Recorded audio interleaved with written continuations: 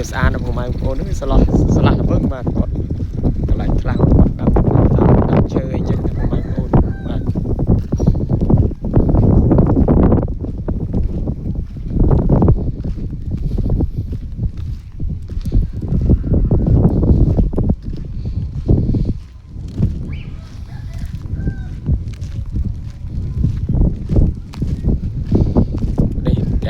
គាត់ដាក់ទីធ្លាមើលស្អាត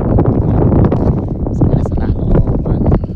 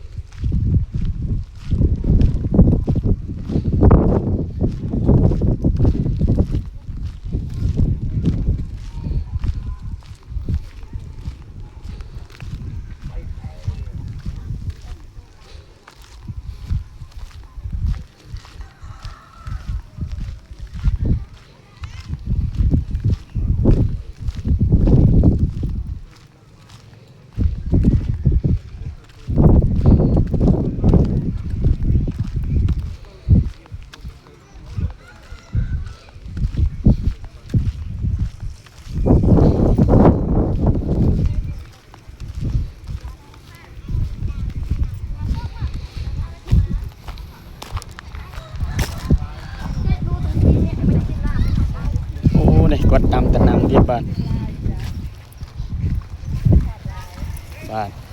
ផ្ទះគាត់នៅជិតកែងផ្លូវផ្សារគាត់ដាំដំណាំទៀតបាទ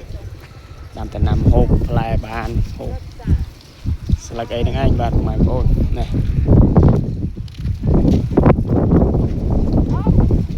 បាទផ្ទះគាត់នៅជិតផ្លូវកែងជាប់ផ្សារអញ្ចឹងគាត់ដាំដំណាំមើលទៅទេសភាពស្រស់ស្រាយមួយយ៉ាងដែរបាទបងប្អូនបាទ